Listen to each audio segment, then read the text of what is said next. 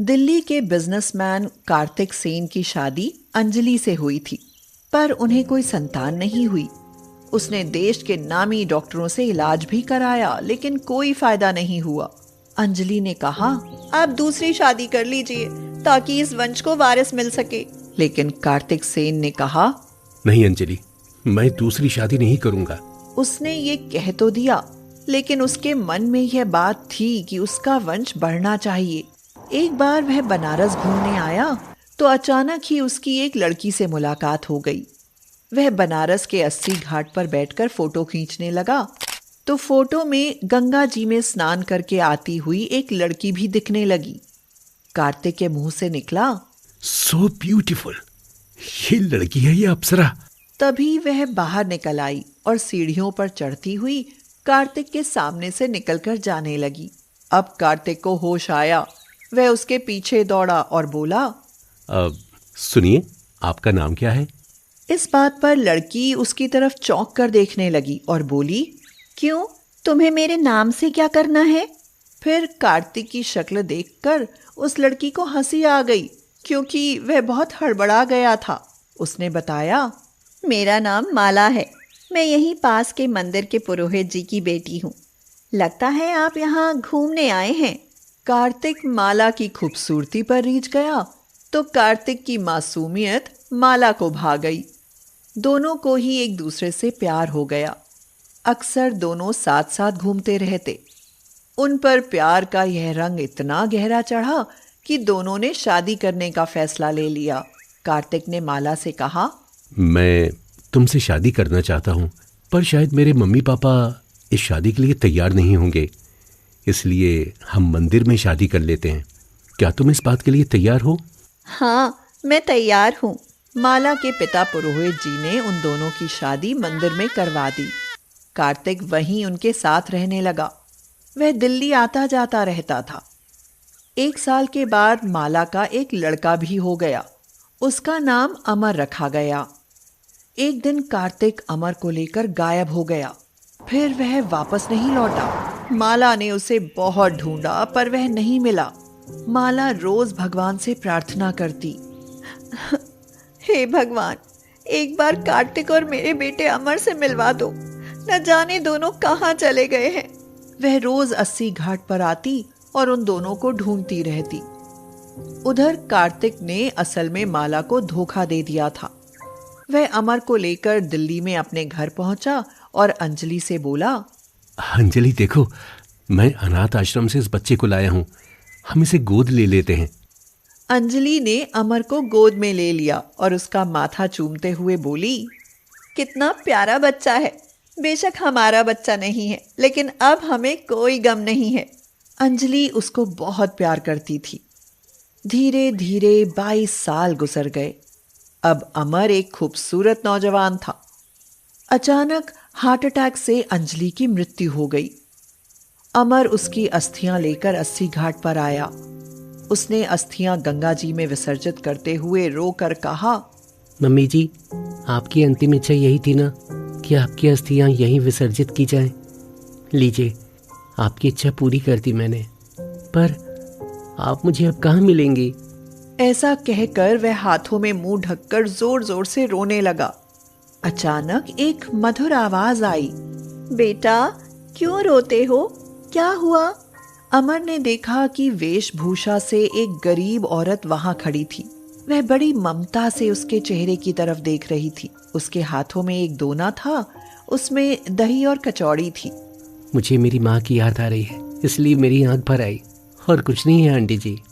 बेटा, जाने वाले को तो वापस नहीं लाया जा सकता है, लेकिन अगर तुम्हारा दिल बड़ा है तो चारों तरफ देखो, तुमको माँ की ममता देने वाले बहुत मिल जाएंगे।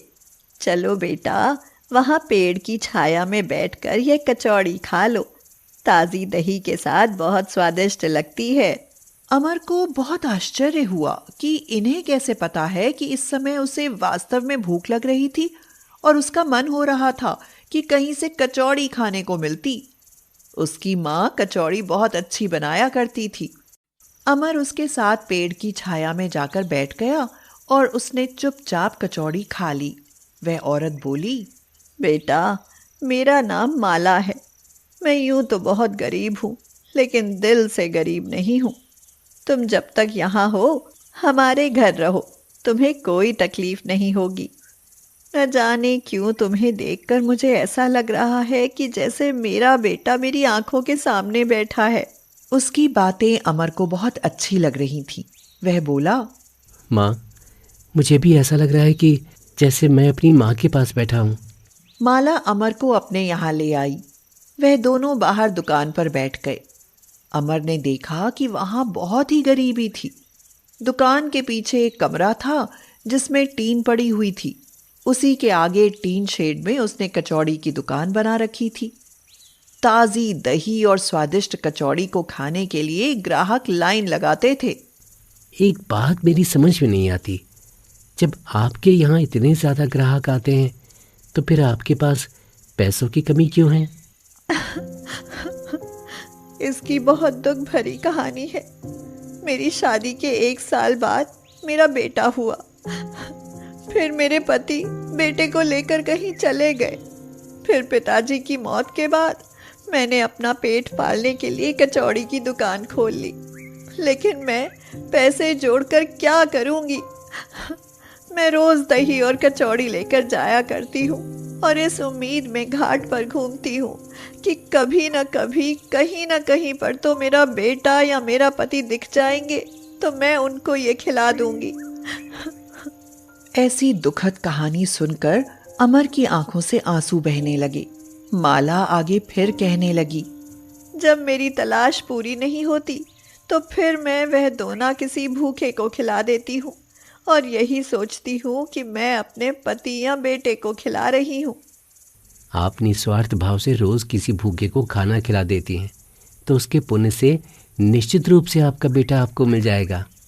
यह सुनकर माला बहुत खुश हो गई और वह बोली, बेटा, तुम्हारे मुंह में घी शक्कर, काश ऐसा हो जाए। रात में दुकान बंद करके माला अंदर कमरे में आई। उसके पीछे अमर भी आया। कमरे की दीवार पर सामने ही एक बड़ा सा फोटो लगा था जिसमें पति, पत्नी और एक बच्चा था।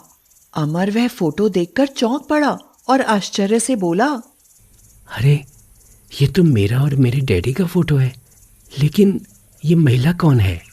यह सुनकर माला बहुत जोर से चौंकी और बोली, है, ये मेरा फोटो है और इसमें मेरे पति और बेटे की फोटो है। अमर यह सुनकर हैरान था। उसने अपने मोबाइल से अपने बचपन का फोटो दिखाया और अपने डैडी का फोटो भी दिखाया और पूछा, आपके पति का क्या नाम था? उनका नाम कार्तिक सेन है। वे दिल्ली के रहने वाले थे। अब अमर और माला समझ गए थे कि माला का खोया हुआ बेटा अमर ही है। माला रोते हुए बोली, तू मेरा बेटा है।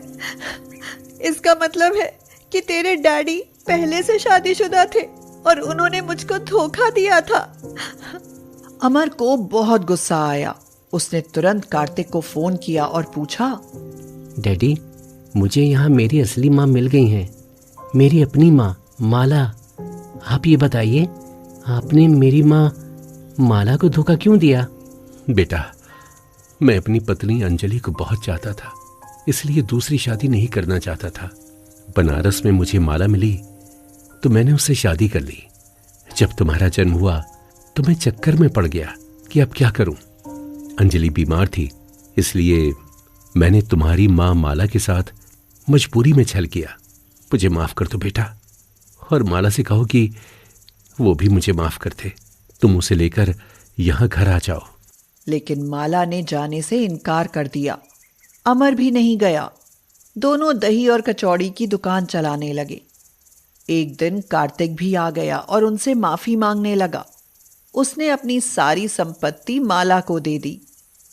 अब दही कचौड़ी का बहुत बड़ा कारोबार हो गया, पर अमर और माला ने उसकी कीमत नाम मात्र की रखी थी और भूखे लोगों को दोनों अब भी फ्री में दोने बांटते थे।